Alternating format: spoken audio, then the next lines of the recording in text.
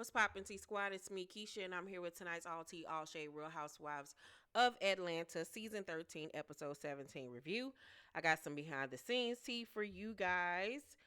Um, Portia is on Dish Nation, and last week they talked about the episode that aired last Sunday, and this is what Portia had to say about Marlo Hampton.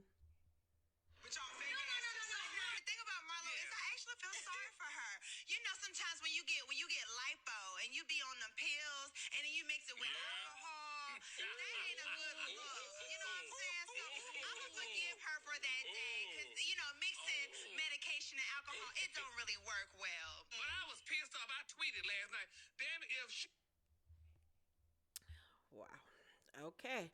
I would think by now she would stop accusing folks of drugs and drugging people and using drugs and milk mixing shit. I just would think she would leave that alone. I know she was trying to be shady, but it's just certain stuff that just don't need to be said, in my opinion. So Marlo responded in the comment section and put, "First at Candy drugged you. Now I'm on drugs.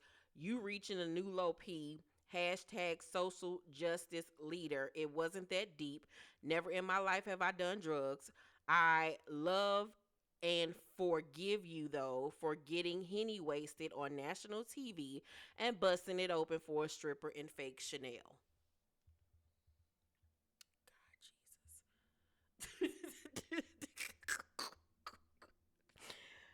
Child, everybody just needs to go to bed. That was a good read, though. It was a great read. I gotta give it to Miss Marlo.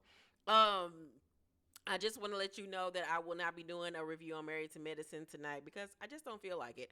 However, I do want to make sure that you guys tune in to the new episode of Spill the Tea and Behind the Scenes Tea that is up. We talked about a lot of juicy stories. Also, a new episode of Tea Party featuring me and Sheridan will be up tomorrow at 7 p.m. Central Time. Make sure you tune in. I think the episode went on for about an hour or so. We discussed Martell Holt's sorry ass apology to Melody Holt. It's a really funny, powerful episode. We talked about a lot of our personal stuff that we've gone through. It's so good. Thank you again to everybody who tuned into the first episode of Tea Party. It really did well. So make sure you guys tune in tomorrow for that new episode. Also, I want to let you guys know that I'm campaigning over here. Get me to 50K. It has been too long, child. I've been over here working hard in these YouTube streets, child.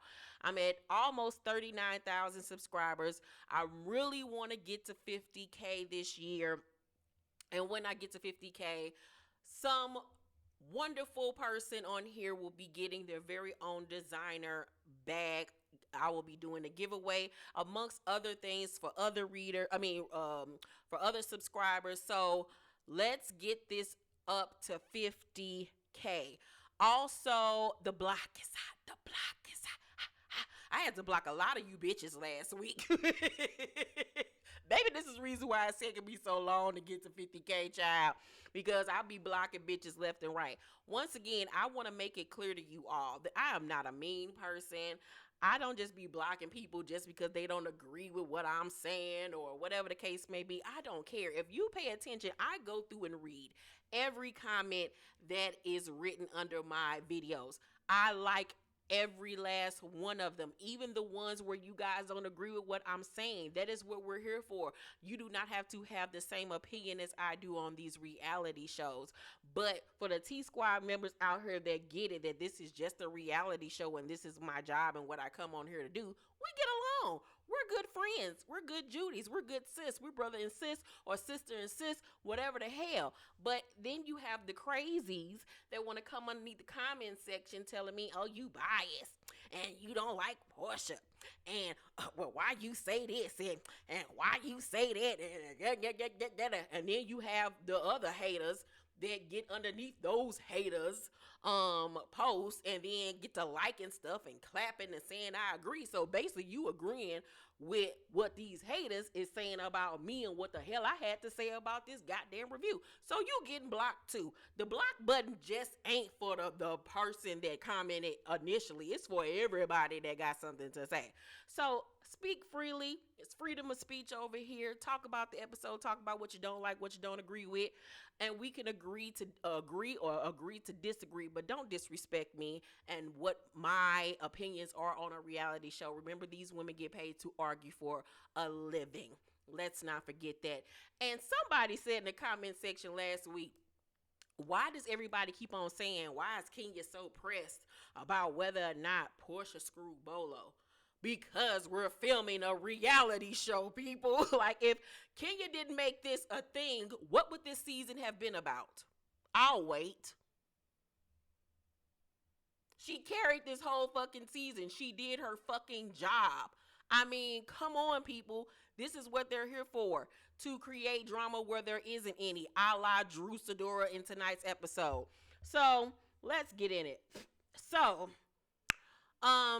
the episode starts off exactly where we left off last week with everyone attending Candy's tasting for her new steak restaurant. I think Blaze Steakhouse or some shit. I was there. I was looking real cute. Let me show y'all what I wore. Real quick before we get into this. You know what I'm saying? You know what I'm saying? Oh, you know when the reunion come, I'm pulling out my reunion look. So y'all need to get ready. I'm partnering up again with Pretty Girl Parlor Boutique. Yes, ma'am. We're about to get in there like that there. But yeah, I came and I saw and I conquered. I wore this little cute number. I wore my little zebra print Shein look. You know, I had to shit on all the girls real quick, let them know what it was. You know, she was looking real cute up in them motherfucking Atlanta streets. I cannot wait to partner up with Pretty Girl Parlor Curvy Teak boutique again for these reunion looks. And don't forget, I have my formal dress series coming up on my YouTube channel where I'm going to be showing you guys the looks for less. When it comes to prom, wedding, bridesmaids, dresses, all of that stuff, everything is under $100.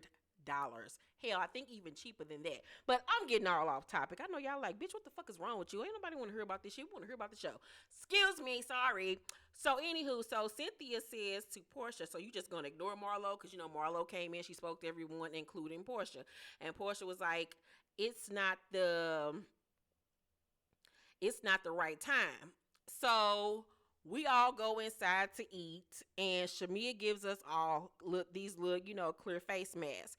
Marlo was really excited about this, and she apologizes to everyone again for how she acted in New Orleans. And come to find out that we saw a clip that we didn't get to see in New Orleans, where the next day Marlo actually had to apologize to the ladies that were still there.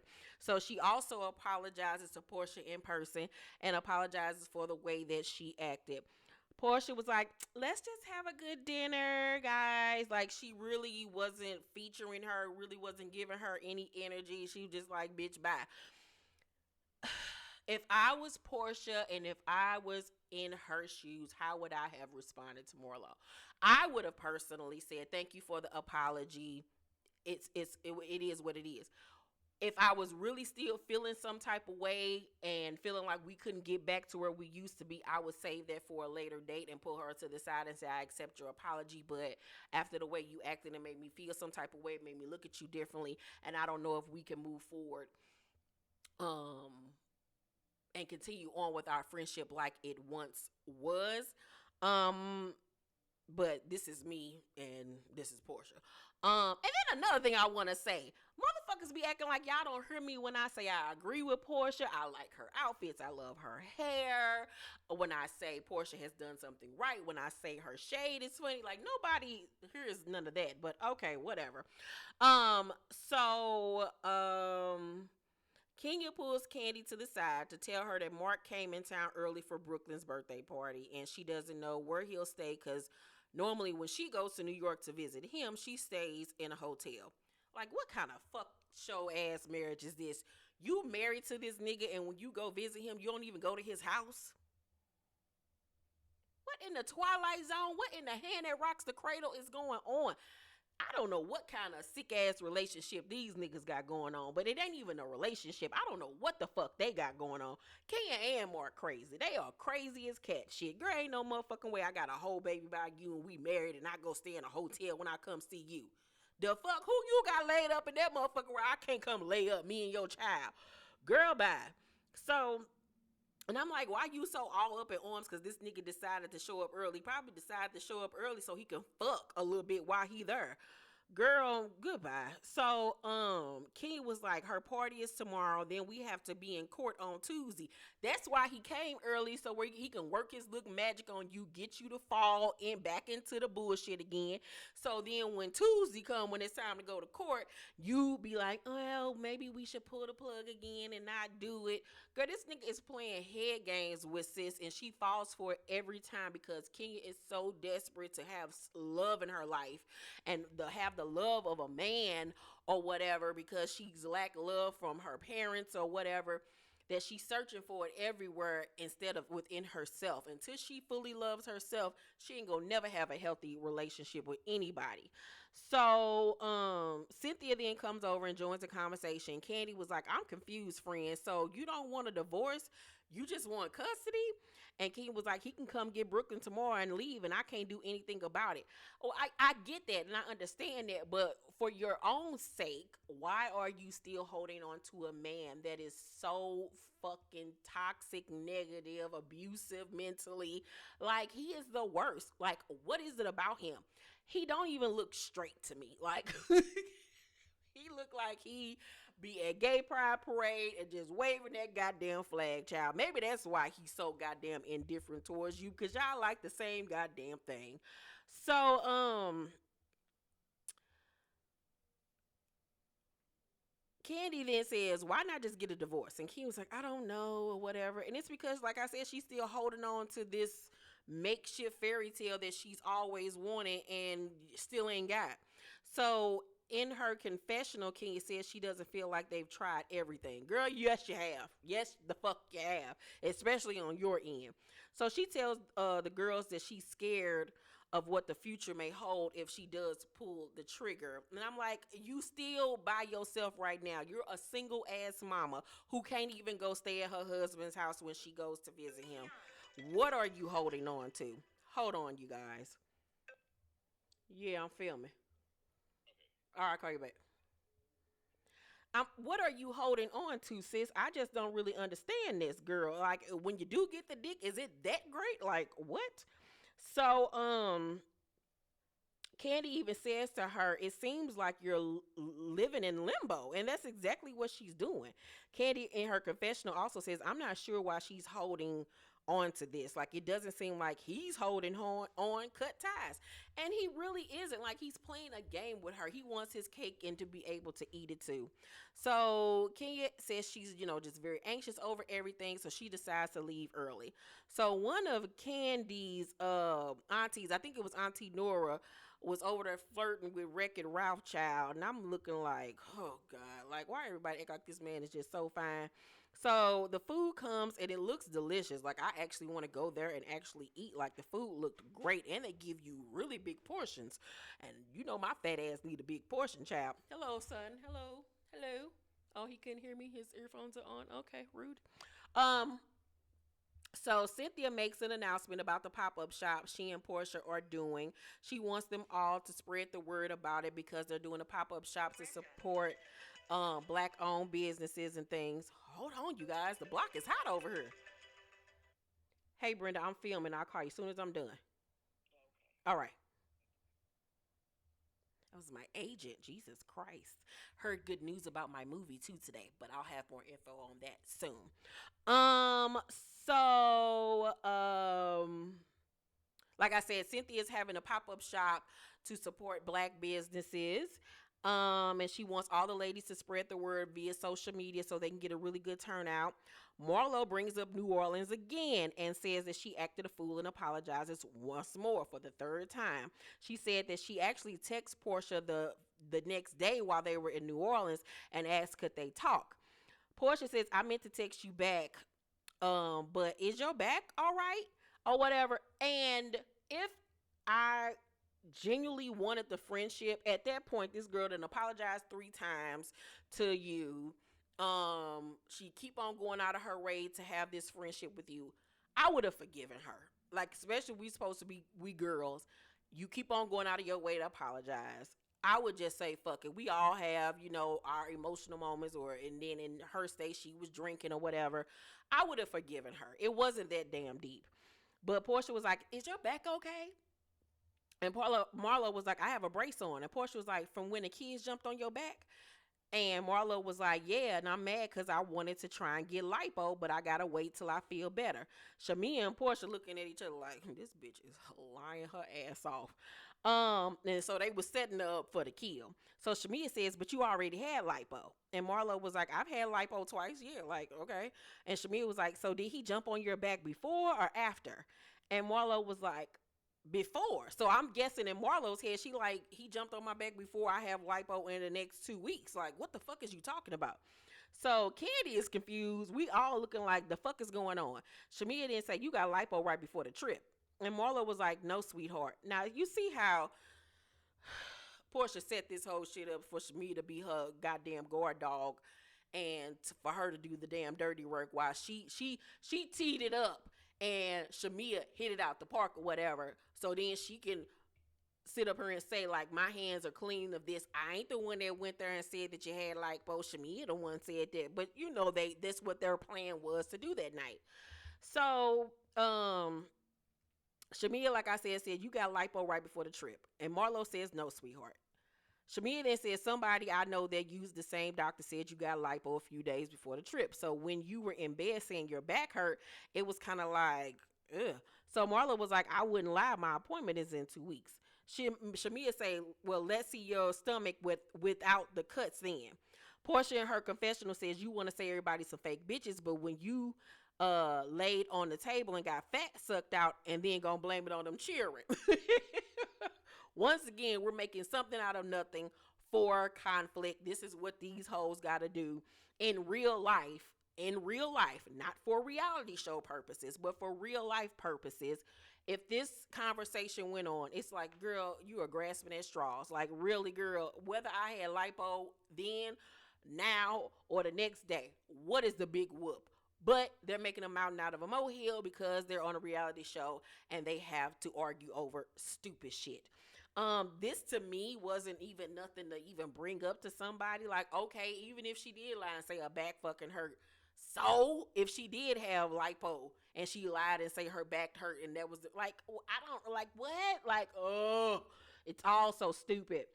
So Marlo says, "Auntie Nora, why are me and Portia having whatever this is?" And Portia was like, "Leave me out of it. I don't have anything with you." You do. Like, this is what I don't like about Portia. Like, you sit up here and try to act like you're just so innocent, and you be having issues with people. But then you want to sit up here and say, "I don't got no problem with you." But look at what you and Shamia just did. Like, it's obvious you got a problem with her. You tried to come in and ambush her about this lipo shit. Like, just keep it a buck. One thing that I can say about Kenya, and for the people that are out there that don't like Kenya, and I've had my issues with Kenya too. I think Kenya's dumb in a lot of instances. But one thing I can say about Kenya is Kenya don't hide behind shit. She gonna say what the fuck she gotta say, whether right or wrong, and she ain't gonna have nobody else do her dirty work for her, child. So Nora says, "I thought I got you two back friends." So I guess that was something that we didn't see, where Nora tried to get Marlo and Portia back on the same page again. Portia says that she's blessed or whatever, and she slaps fives with everybody at the table, sans Marlo, and Marlo, felt some type of way. So she leaned over to Candy, was like, "You know how right now I could go below the belt and tell her don't play it off." So they flash back to North Carolina, and we hear audio where Marlo asks Candy who did she think, messed around with Bolo. And Candy was like, "Oh, I know who did." So Marlo in her confessional says, "Candy told me all about the bitch fucking Bolo all night, but I'm going to keep it sealed." And I was like, well, you didn't keep it sealed, man, because you just said it in your confessional. And this is what I was trying to say to y'all last week, that Marlo is upset with Portia because she's sitting up there lying to her face saying that she did not have sex with that man, and she looking at her like, if we supposed to be so cool, why are you lying to me of all people about this? Like, why are you sitting up here lying to my face? And she was looking at it like, well, if you can lie to me about something as minuscule as this, then what the hell else would you lie to me about? And I saw some of y'all in the comment section saying that it wasn't it. And I'm like, okay, y'all, whatever. I ain't gonna argue about no fucking reality show, but whatever. I was right, you was wrong. So, where was I at? Kenya is getting her boobs done. I was shocked about this. You know, she had some nice little melons sitting on her, but I guess it got to be too much. Shit, I need to give me one. So Drew tells Ralph that Prophet Lot is no longer doing their baby's blessing. And he's like, what's going on with that? So Drew breaks the story down, and she says that her driver, Danny, who is also her assistant, invited Toya to a revival with Prophet Lot. Soon as they showed Prophet Lot picture, I was like, child, Prophet Lot need to be named Prophet Liar. That nigga look like a nigga. That nigga look like he stay up in what's the strip club in Atlanta? Not Black Magic. Whatever the fuck that damn strip club is called. Y'all know what the fuck I'm talking about. I can't think of it, but that nigga look like he stay in Onyx, King of Diamonds. He look like he stay in the motherfucking club, bitch, and fucking hoes. Girl, bye. He wouldn't be no damn prophet of mine.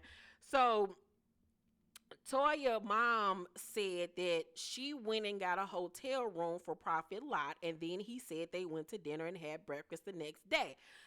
I'm trying to find out, how is Drew finding out information about this from Toya's mama? I'm so confused with this whole thing. So Drew goes on to say to Wreck-It Ralph, they're in a relationship. I'm thinking he has a new baby and a fiance back home, and he's still married. Drew said it's like you can't even bring people to church. That's people that will tear up everything in families. And now, I might not be the best Christian. I might not go to church every Sunday. Well, I do go to church every Sunday in my bathroom. But I might not know the Bible in and out. But one thing I do know is, how are you sitting up here blaming all of this on Toya when it takes two, baby? I don't understand, especially if he's supposed to be a man of God. If he's supposed to be a man of God, how are you sitting up here blaming her when he's supposed to have been spiritually advising her, and then if they were sleeping around with each other, then fucking her? Seems to me like the person with the bigger issues is said Prophet. And if anything, I wouldn't even want him to be giving my baby no blessing, because he ain't living right and he ain't right. Like, you're using your title as a prophet to lure in women for sexual whatever. Like, I wouldn't even want no type of nigga like that around me. So, like, once again, how is Toya to blame? Now, if this man was in a relationship, was engaged, just had a baby, she's sitting over there married, it's all wrong. It's fucking wrong.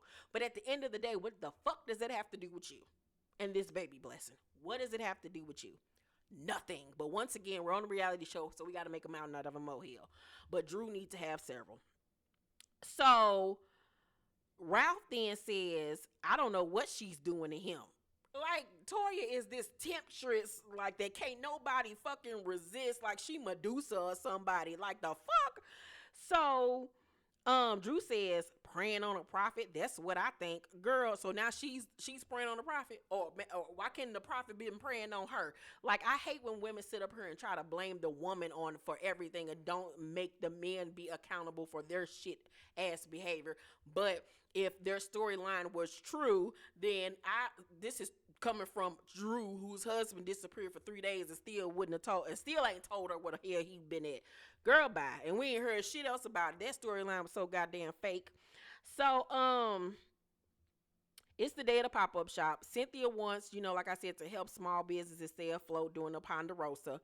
Cynthia, Portia, Drew, Don Juan, and Kenya all have tables, but Kenya wasn't there. She had somebody doing her table for her. That might have been the day of Brooklyn's birthday party. So Marlo comes and buys stuff from everybody's table, including Portia. And Portia was very rude and kind of just like, okay, girl, thank you. All right. Shit like that make you see that they were never really friends in real life. They're fucking co-workers like most of these hoes are. So Candy arrives and Drew tells Candy and Cynthia about this whole prophet lie, Toya baby blessing bullshit. And I'm like, girl, why can't your mama just do it if she's supposed to be a reverend or whatever?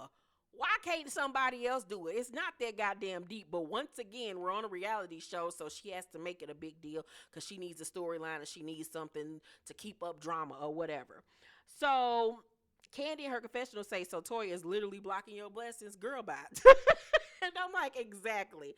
So Drew tells Candy that Toya didn't come to the tasting because she found out that Drew knew about her and this press past the lot stuff, and that's why she stayed away. So Toya arrives. Candy goes over to her and says, oh, I heard you got a new boyfriend. And she was like, what? She was like, the prophet. And Toya was like, I took a 6-week program and now he's my boyfriend. Okay. So they all go into Cynthia's winery to have, the big ta-da. Drew says to Toya that she got a call from Prophet Lot saying Toya was upset because Drew found out they were seeing each other. Toya was like, she's such a drama queen. Drew says, is it true? Toya was like, I'm not entertaining her. Drew says, real lives have been affected. Toya says, what are you talking about? Drew's like, oh, like this girl. You told Cynthia you met someone from Texas and he's from Texas. Toya says he's the only person from Texas. Like, oh, he the only man that lives in Texas. Drew says he broke up with his fiance and has a baby. Toya says, what does it have to do with me? Portia was like, she's really upset. She really does not have her baby blessed. And I'm like, you just sit there and be pretty. Shut the hell up. This ain't got nothing to do with you. And at the end of the day, once again, if you really wanted your baby to be christened and all of this stuff and get baptized, it's not hard for you to have somebody go dip that little girl in some goddamn Aquafina and call it a goddamn day. Girl, get somewhere and sit the hell down. It is not that damn deep. But, like I said, we're filming a reality show, so these hoes got to put 10 on motherfucking 20. And like I said, if this shit was real or is real, and Toya over here fucking with a nigga that got a whole fiance, this, that, and the third, and she over here married, and everybody just fornicating, they all going to hell, god damn it. So Drew says, if you're on a spiritual journey, the first step is to tell the truth. And Toya was like, the first step is for you to shut up because you don't know what the fuck you're talking about. I was on a 4-week program with him, and I was like, now wait a minute, sis, you just told Candy you was on a 6-week program. Which one is it? Keep your eyes straight. So she was like, he was advising me spiritually every Wednesday. Drew was like, is that why your mom thought you were with him? Once again, I need to know how Drew is talking to Toya's mama. What is going on, Jesus? Is her mama a Judas? What? Somebody need to tell me something. Toya was like, I'm not talking to no prophet lot, and if I was, why the hell wouldn't I just say so? Well, because you're married, and well, no, she don't give a fuck because she already said she was on her date. The reason why you wouldn't say so is because he's supposed to been engaging with a baby and all kind of stuff. And then the fact is he ain't supposed to be fornicating if he's supposed to be a man of God. But we'll talk about that. This whole conversation about this Prophet Lot Toya situation is going to be the next topic for Tea Party with me and Sheridan. We've already discussed it. But tomorrow's episode is going to be good anyway. So you make sure you tune into that one too. So, where was I at? Drew says, I don't know, but that's what's going on. Cynthia says, y'all were just fine. Y'all was going to church together. Drew says she came into church, but her spirit is at a Delilah. Talking about Delilah from the from the Bible or whatever. And I think Delilah was like a whore or something, or adulterer. I don't know, child. Don't give me the line on these damn Delilahs. I feel bad for anybody out here named Delilah. Now, so Drew says he's been a part of our family many years, and he had to pull out because all of the drama with his family and all that you got going on. He's been calling my husband, everything that's falling out with his fiance. So I've had to cancel my baby blessing because of your ass. And I was like, how is this her fault? Like, the fuck are you talking about? Put that baby at the sink, child. Bend her over, let the water run over here like you're shampooing her, and just say, amen. Girl, the thing will be over. Girl, sit down somewhere. So Drew was like, "You're preying on the prophet," and Candy was like, "Y'all giving Toya way too much credit around her. He doing all that, but we're putting all the blame on her. You can't say that she's preying on the prophet because these are grown men, and if they're supposed to be the spiritual advisor, and something went down, couldn't he be preying on her?" And I was like, "Same shit I said," but of course, Drew don't want to listen to that. She wants to continue on with her narrative, which is absolute ridiculous, and says, "You're playing with church. You're preying on the prophet, and you got that Delilah spirit." And I was like, "Well, didn't you have that Delilah spirit when you had your ass in Bolo face?" "Oh, all right." Or maybe that was Mary Magdalena's spirit that you had. Ain't that right? I've been reading the Bible. I know my people. So Toy was like, "I don't care. You don't know what I have going on in my household. I'm out. I'll go to prophet.com and get me another prophet."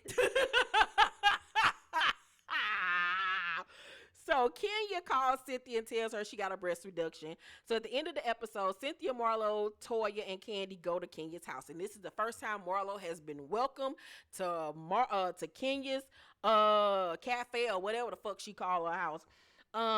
So we also see that her pool is finished and she's starting to do the landscaping, and it's gonna look really nice when she's done. So as soon as they come in, they mad because ain't no food there, these fat hoes. So Marlo orders out some pizza and wings. Marlo on her confessional gonna say, "You need to apply for some food stamps." That shit was hilarious, child. So Kenya tells them that she got a breast reduction. Everybody's shocked. Cynthia didn't know what motorboating was, so Toya had to show her. I'm like, what in the fuck do these niggas see in this boring bitch outside of the fact that she pretty? She don't know how to twerk.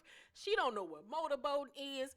Cynthia seemed like the type, well, it ain't no seem like, because y'all know we was in a relationship, but I wasn't trying to tell all the girl business, but when we used to fuck, she used to be like, "Oh, that hurt. Oh, my God. Oh, don't hit me there. Don't lick me there. Oh, don't stick it there. That hurts. Oh, my God, Mike, stop. Oh, no." And I'm like,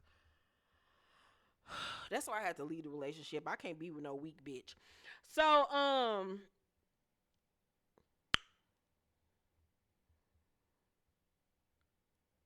Cynthia asked Ken what happened between her and Mark at the party. And Ken was like, "He texted me earlier and said I was thinking of coming to Atlanta more often and do the counseling thing in person." So, of course, her dumb ass fell for it again. Because that nigga been trying not to go to court because it's something that nigga don't want to go to court for some reason. Maybe because of his finances or something, but it's something up with that nigga. It's something up with him why he keep on stringing her along to the point where when it's time to go to court, he want to pop up and make everything all right. But then when they don't go to court, he back to being himself. It's something up with that nigga. So Kenya said that she started, checking her DMs, thinking about her future. Like she looking at all these niggas that's been trying to get on her. And I was like, "Bitch, you better get your groove back because that nigga, So they tell her about the Drew situation, and Kenya was like, "That's a bunch of bullshit because I have seen her do many things that make her not look like a good Christian." And I was like, "Amen." And Toya say, like with Bolo on the coffee table, he's not engaged, talking about Prophet Lot. He's not engaged or married, and I'm getting a divorce. Build a damn relationship with a treadmill and leave me alone. That was a good one. So she's like, "I'm going to call the prophet." So she calls the prophet. Marla gonna talk about something. "I'm washing my hands of this," and literally pulls out a thing of hand sanitizer from the pocket of her Prada boots. I hollered. I was like, this episode alone made me feel like Marlo need a peach, and I have never even said that. So Toya calls this prophet man, and he on FaceTime, and Toya was like, "Word, you supposed to be Kristen and Drew's baby." And he says, "I was asked, but I never heard anything back from them, and I guess it was because of some concern over me advising you spiritually." Candy then gets on the line and says they accuse you and Toya of having a relationship and said you admitted to this. He says the assistant that was involved was very messy, talking about this Danny dude that assists Drew. He says that he introduced me to them. Me and him were friends, but when he felt like I was getting a connection with Toya and advising her, everyone got all emotional. I never admitted that to them. Candy says, "So you never had an intimate relationship with her?" And he says, "No." Toya was like, she said, "I broke up an engagement." He was like, "No, I'm not engaged," or whatever. And that was pretty much it, and the episode goes off.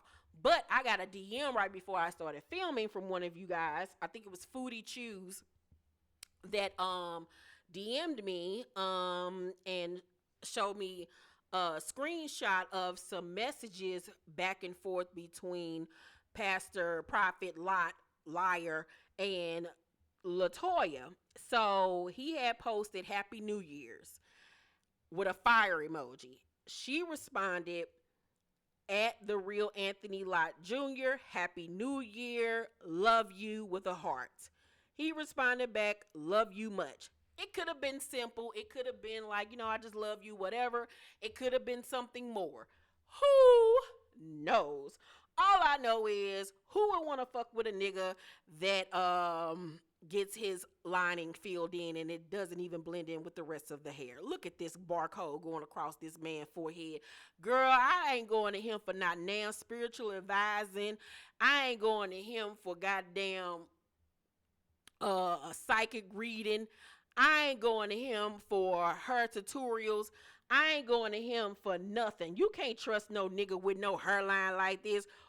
What barber would do this to him to put that damn black strip across his damn forehead and then the rest of it is like faded down and girl, I would hope Toya wouldn't fuck with no nigga like this with this safari ass hairline. Girl, goodbye. Bye everybody. Everybody needs to go to bed, child. Other than that, that was my review on the Real Housewives of Atlanta. Like I said, make sure you guys tune in tomorrow for the second episode of Tea Party with me and Sheridan. Once again, we'll be discussing Martell Holt's a lousy apology that he gave Melody Hope on Steve Harvey's Strawberry Letter. It was so ghetto, but the episode is on fire. So make sure you guys tune the hell in. Also make sure that you guys drop down in the comment section. Let's discuss tonight's episode. Make sure to thumbs up this video, like and subscribe. Hit that notification bell button and I will see you guys on the next video. Deuces.